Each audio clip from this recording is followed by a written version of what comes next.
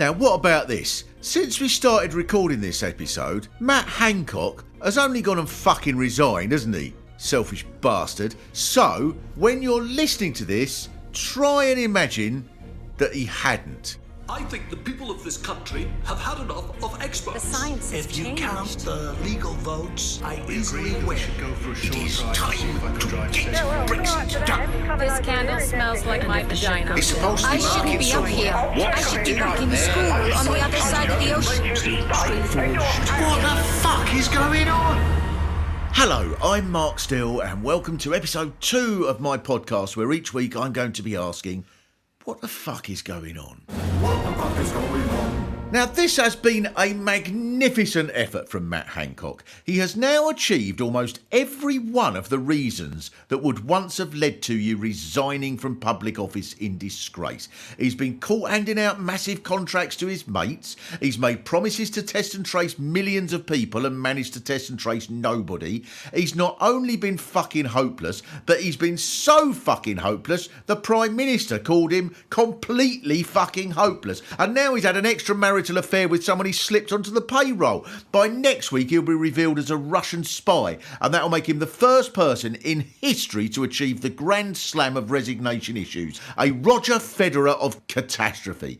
But somehow, he's still in his job. Maybe it's like one of these films where someone has to lose £1 million in a week to inherit a fortune. And for some reason, he's got to be sacked. And he keeps trying, but nothing works. By September, he'll be caught on CCTV, stealing all the vaccines and getting Gary Glitter to shit on them. And it'll be on BBC News. And then Boris Johnson will say, He has given me an explanation, and the matter is closed. Then Hancock will be going, no, what do I have to do? This is what Johnson keeps saying, the matter is closed. You can't close a matter when you're the one that's caused the matter. If someone nicks your wallet, you can, if you're forgiving, say to the person who nicked it, all right, the matter is closed.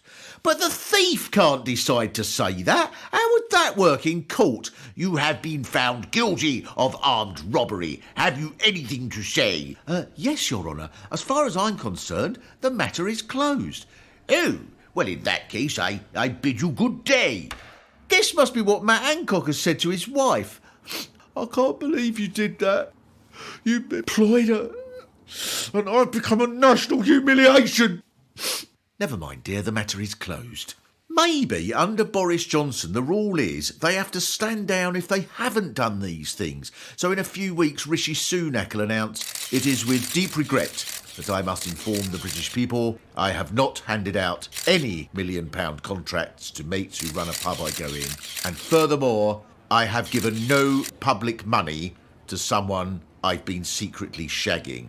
I have resigned with immediate effect. I am deeply, deeply sorry. It's so brazen now. Someone accuses them of having one rule for you and another rule for everyone else, and now they go, yes, I suppose it is like that, isn't it? Ha! It's like this rule now that at last all restrictions have ended and we're free to do whatever we want as long as you're one of 2,500 UEFA officials and corporate sponsors allowed to come here for the last week of the Euros. All you have to do is prove that you're one of them and you can ignore all the rules that we've been told must never be ignored. This is all safe because there'll be a government statement that we can relax rules for VIPs because the science shows that important people don't transmit the virus. It's only spread by ordinary scum. If you're on the board of a major company that sponsors sporting tournaments, the antibodies arrive automatically because they're attracted by discussions about stock market prices. Now, Tory Minister Robert Buckland, on Question Time, said the UEFA officials Won't just be here on a jolly, they'll be doing important work. Of course they will. They'll hardly see the games, will they? Because they'll be popping round all the houses in Wembley to say, excuse me, I'm from UEFA and I've come to do your washing up. Because they're selfless workaholics, these executives. During that week, if you see workmen digging up the road, there'll be sponsors from Adidas repairing a gas pipe. Because they're not just coming here on a jolly.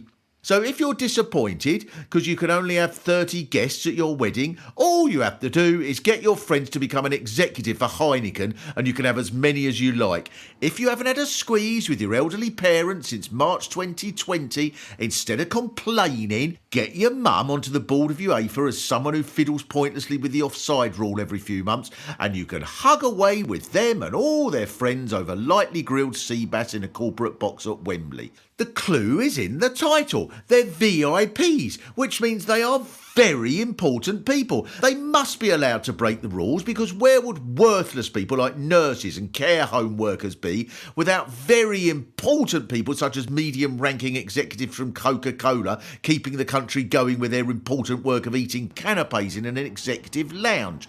And if it does turn out that they cause the spread of a new UEFA variant that's vaccine resistant even after VAR, they can just get Matt Hancock to say, "We're deeply sorry it killed 20 million people, but the matter is closed."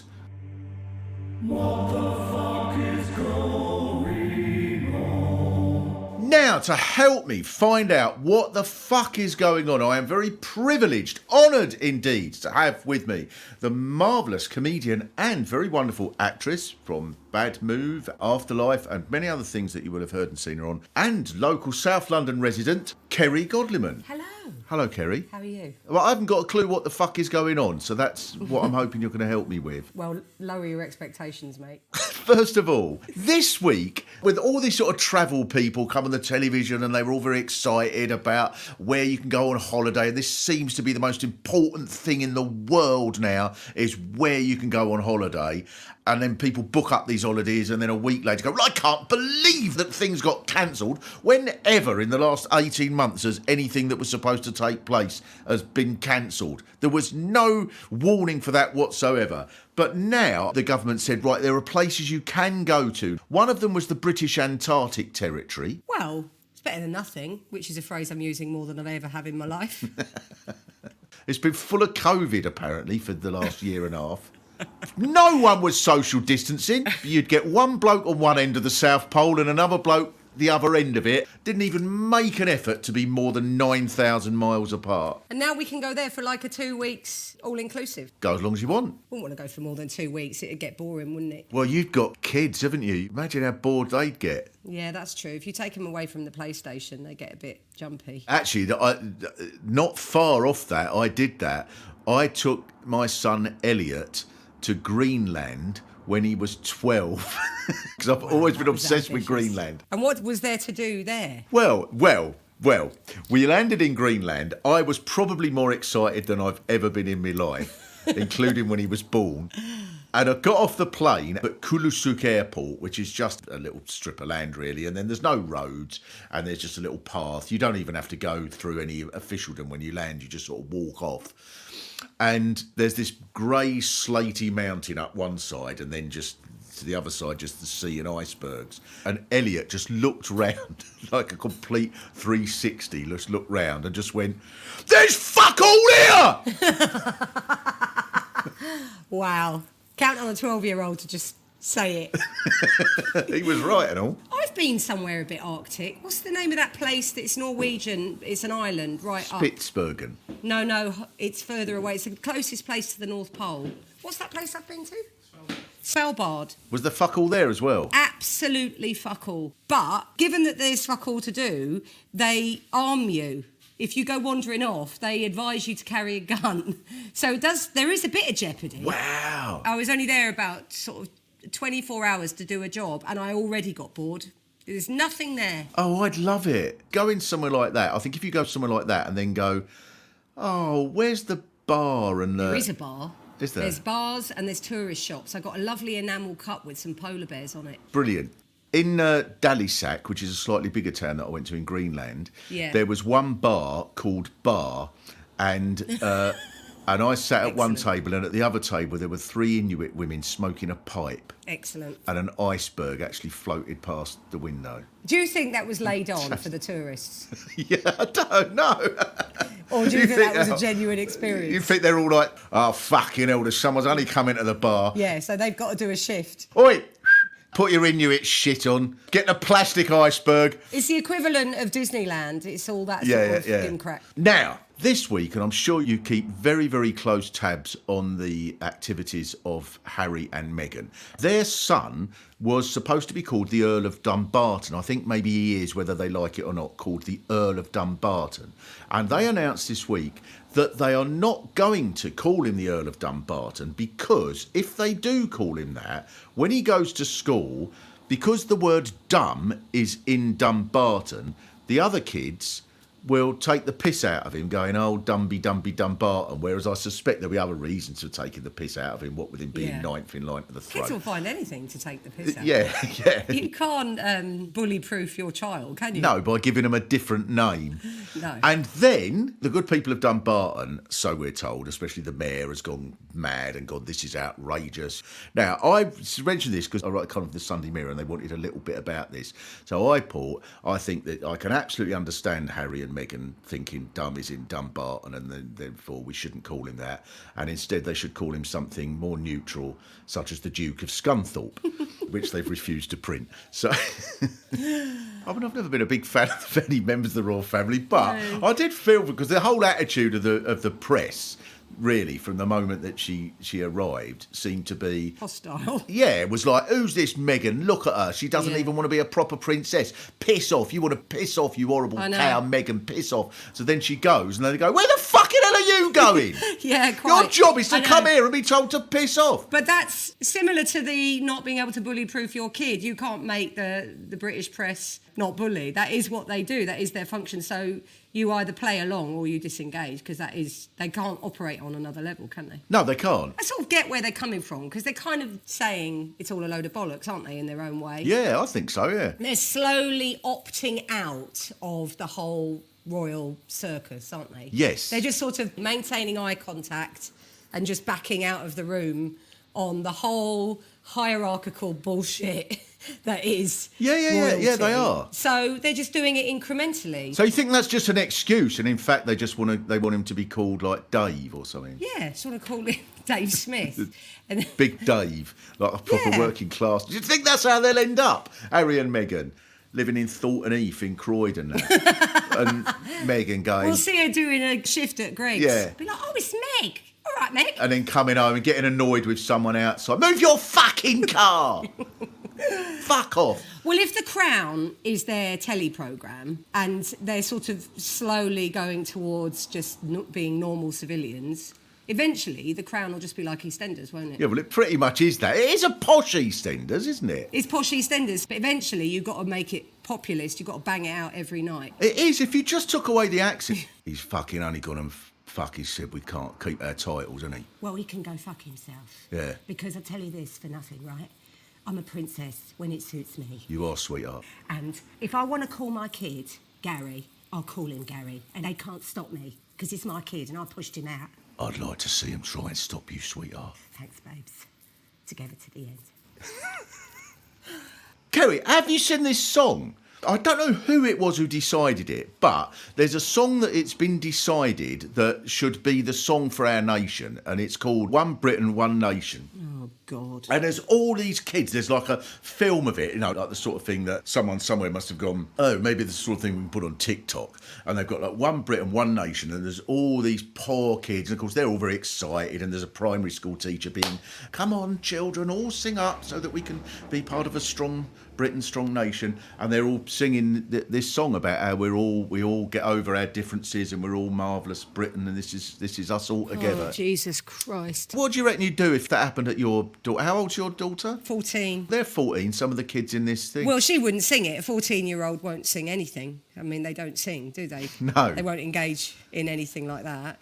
But I think that's so sinister. We've gone peak Orwellian. I'm really upset. I can't imagine any kids engaging with that. They might sing it ironically, but no one is going to sing that sincerely. What's the matter with all these kids then? Have they been drugged? They've paid them. You're always going to get some kids that will, strut about for a TikTok, but essentially, as a mass, no one's going to get on board with this. That's my belief and hope. Yes, it is my belief and hope. I think if they try to do it in Croydon, there'd be kids going like, can we write our own mumble rap version and shit, miss? I do slightly miss a bit of singing at school because my kids don't sing as much as I was forced to sing. Like, we sang hymns and stuff. They don't do all that anymore. Is that a good thing? Well, I've got mixed feelings about it, but they're missing out on the moment where you say, I was cold, I was naked, were you there, were you there? They don't get to have that sort of sniggering joy. Do you remember that?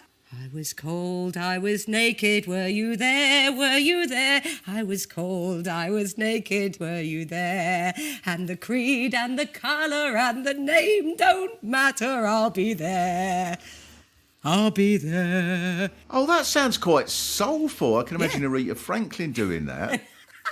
The one I remember is the one that started Sun and Moon Bowed Down Before Him. And I remember being 10 and thinking, fucking hell, he thinks well of himself, this God, doesn't he? That's what I mean. Sun and It's Moon healthy. It's healthy to sing these songs and have a bit of pushback. And the teacher would know. So if you think, oh, everyone else is singing, I'm not going to bother, and the teacher could spot you amongst 300 kids, and you hear this clump, clump, clump, clump, clump, and then they grab hold of my ear. Sing! The Sun and Moon Bowed Down Before Him. Do you think God doesn't know that you're refusing to sing? Sing! Can I opt out as a parent? Can I say that my kids aren't doing that? I think pretty much everyone has opted out of it, other than the kids Great. in the film. Well, that's encouraging. All right, one last thing that I want to ask you about to find out what the fuck is going on. I know you'll have very strong views on this, Kerry. England versus Germany, who's going to win that? I watched the other games, the England games. Right. It's all been rather dull. Like, the highlight of watching the recent one, the Czech one, was when they kept flashing the Scotland score on the other side. Yeah. I think that after the England-Czech Republic one, I think that really we can all agree cricket was the winner. But yes, I suppose Germany will win, won't they? Which is Probably, really sad, yeah. but inevitable. But there's something about the sort of one nation, one strong, one nation, whatever it's called, that it's sort of we're so deluded. And I know this could go horribly wrong because if England win, I'll be made to look an idiot here.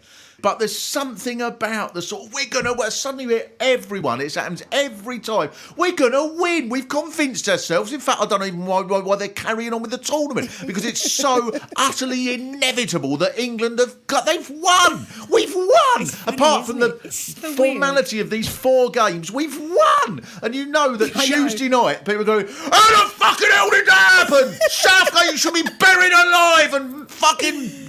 How did that happen? There's a comfort in it. There's a comfort in that arc, in that delusion, and then that resolve that it's just, I've known it all my life. I don't even watch football.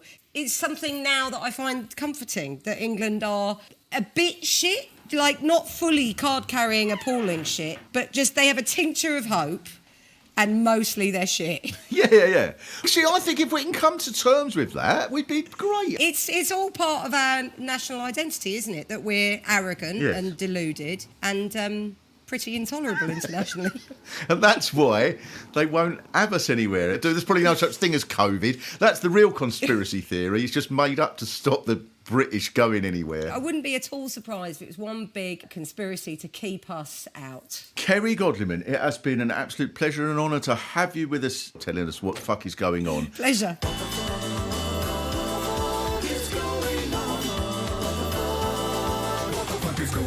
A marvellous distraction for me is that Wimbledon has started, and I love that it's just there, just on all the time, soothing. Especially as my hero, Andy Murray, is back this year after all his injuries. Now, my love of Murray reached its peak the first time he won a major tournament, and I was watching with my mate Matthew, who felt much the same about him as I did.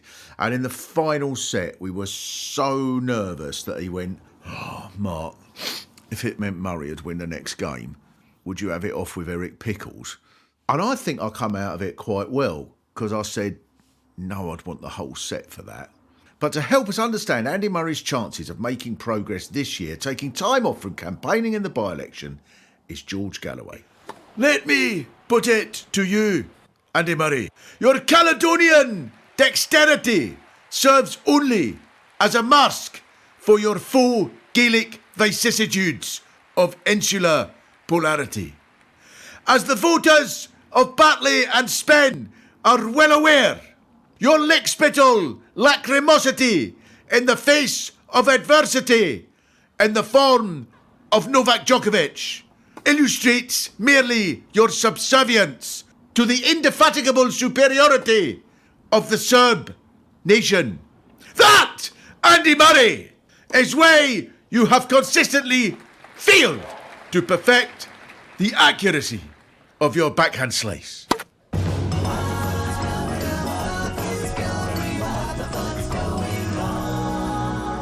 Batley and Spend by-election is in Yorkshire this Thursday, and it looks like the Tories are going to win. Whereas a couple of weeks ago, the Tories lost in Chesham and Amersham, which is in Buckinghamshire in the south. So what the fuck is going on? In Doncaster, in a few years, you'll go in pubs and hear them say, if anyone round here voted Labour, they'd be barred from every alehouse in town, and the Rotary Club, and the Fox Hunt. I'll tell you that for nout. And in Blythe, they'll go, they'll have to accept that down south times have changed, like. I mean, they've got too many dying industries down there. It's not up to us to bail them out, like, just so that they can spend their benefits on sourdough and croque monsieurs. And one answer you get of why this is happening is all these articles, like the one in The Guardian that went, some have called Blythe Forgotten Britain, another country. Rows of terraces, sometimes abandoned, line the weary streets. And then every couple of days there's a piece on the news somewhere about the red wall areas that go, the craggy, exhausted faces of Batley and Spend's downtrodden souls line the streets where they used to sell horses. And a stonemason would once build you a cottage while you waited, but now all you can buy is heroin and top quality rats. The people of Batley are addicted to mining, and though the pits are long since closed, the locals still meet up every evening for their hobby of coughing up black balls of coal dust. Their expressions seem to say, our lives are pointless. I would happily swap places with a battery farm chicken. Of course they voted to leave the EU, as they believed the Belgians had stolen all their fags. But another explanation might be that life is becoming a bit easier in the north and more difficult in the south. So, for example, in Brighton, the average house price is 16 times the average annual salary. In Stoke, the average house price is 8 times the average salary. So people in Stoke are more likely to have spare money, which must have some impact on who they vote for. Also, Hartlepool, which the Tories won with a majority of 6,940, has a home ownership rate of 59.8%. which is higher than in most southern areas. But in the south, people are getting worse off. So now you are more likely to hear coffee waiters from Croydon saying, it's all right for them up in Doncaster. Some of them Yorkshire folk have never seen a coffee machine. 12-hour shifts I have to do. 6 days a week I come out covered in roasted Arabica beans. You can't get the smell out. I'm exhausted. And everyone in the south has to live with their parents until they're 60 because they can't buy anywhere, which probably explains why Shamima Begum joined ISIS. It's the only way she had of moving out. And then the BBC will move completely to Salford soon, and then they'll send reporters to wander around West London saying wearily, the cragged, exhausted faces of Notting Hill's downtrodden souls line the streets where they used to sell bespoke cushions. But now, all you can buy is heroin and top quality rats. And companies keep closing down across the south. Soon we'll hear anguish from people in High Wycombe that go, website designing has been in our family for 3 generations. Those posh people up in Darlington, they don't know what it means to us. We've been shut down unfairly. There's enough algorithms in that software to keep us going for 100 years. This area will be devastated. Homes Under the Hammer will take engineers from Wakefield down to Watford, where a house has been repossessed because a philosophy lecturer got behind on the mortgage. And eventually there'll be a crusade of the unemployed from desolate Maidstone up to posh Jarrow in the northeast, pleading to be noticed, chanting, car sales staff of northwest Kent, beg for help to pay our rent. And in the end, it'll all come to a head in the Great Craft Potters Strike, in which millions of people spend a year shouting, glazed artisan salad bowl, not dole. What the fuck is going on? So, to help me find out what the fuck is going on even more, I have bred someone to help me, our youth correspondent, Elliot Steele. And what we're going to talk about is that Love Island is back. Certain people seem to be talking about this. Now, to me, It just sounds like another language of people going, oh, it was amazing last night, right? Because Albia hooked up with Buffalo, who is Peng, but she's like been well bitchy, I tell you, because she's already got with Tiramisu. And did you see Cumulus Nimbus? He is buff. Can't wait for tonight. Elliot, you're a fan of Love Island. Yeah, I love it. What is it about it? Because you seem to think it's quite an important sociological thing. Yeah, it's a whole sort of dissection of life, really. And it's basically, it's just Big Brother, but without the terrible bits. But it only works the way it is. That's what's beautiful about Love Island. Because they're all attractive, it's an equal playing field. Whereas in Big Brother, it would be like 4 attractive people, and then they'll just send in some nutcase that they found. But aren't there nutcases in Love Island, though? Aren't there like the sociopaths and stuff? What's really good is at the beginning, there will be a nutcase in it who clearly either didn't vet enough or they vetted so much they knew exactly what they were doing, which is both is wonderful. Right. And they'll just like put him in there and he'll get like far too attached. Oh no, and then what sets fire to everything, and then there's a big scandal because, well, they must have known that he's done 15 years for arson. It's just great. It's just wonderful watching all these people mess their lives up. Right, so when your generation is talking about Love Island, are you just going like, oh, I thought she was going to get with him and now she's with him? Or are you sort of going, oh, I think it's fascinating how it sort of illustrates some of the human traits that maybe psychologically that we didn't understand, and attachment theory and I don't know, stuff like that? What I find interesting about Love Island is there'll be 2 people have an argument, and then everyone on social media takes these stance points of like, this is why we should teach gaslighting in school. When it's like, that's not what gaslighting is. They were just having a disagreement. So it just sort of shows, it creates these things that in the wider world, you see all these different things that happen because of it. I think it's like a really important thing. Are they allowed to read books and stuff in there? No, they're in there. They're trying to, they're trying to be like, look, we either want you to hook up with each other or have a fight. There's no time. No one's ever gone, oh, sorry, I'm just reading the work of Chomsky. Well, I'm sorry about that. But no, it doesn't make for exciting television. It would. Couldn't they have a sort of one on BBC 4? Where people are just talking about what they made of Slavoj Žižek versus Jordan Peterson. No.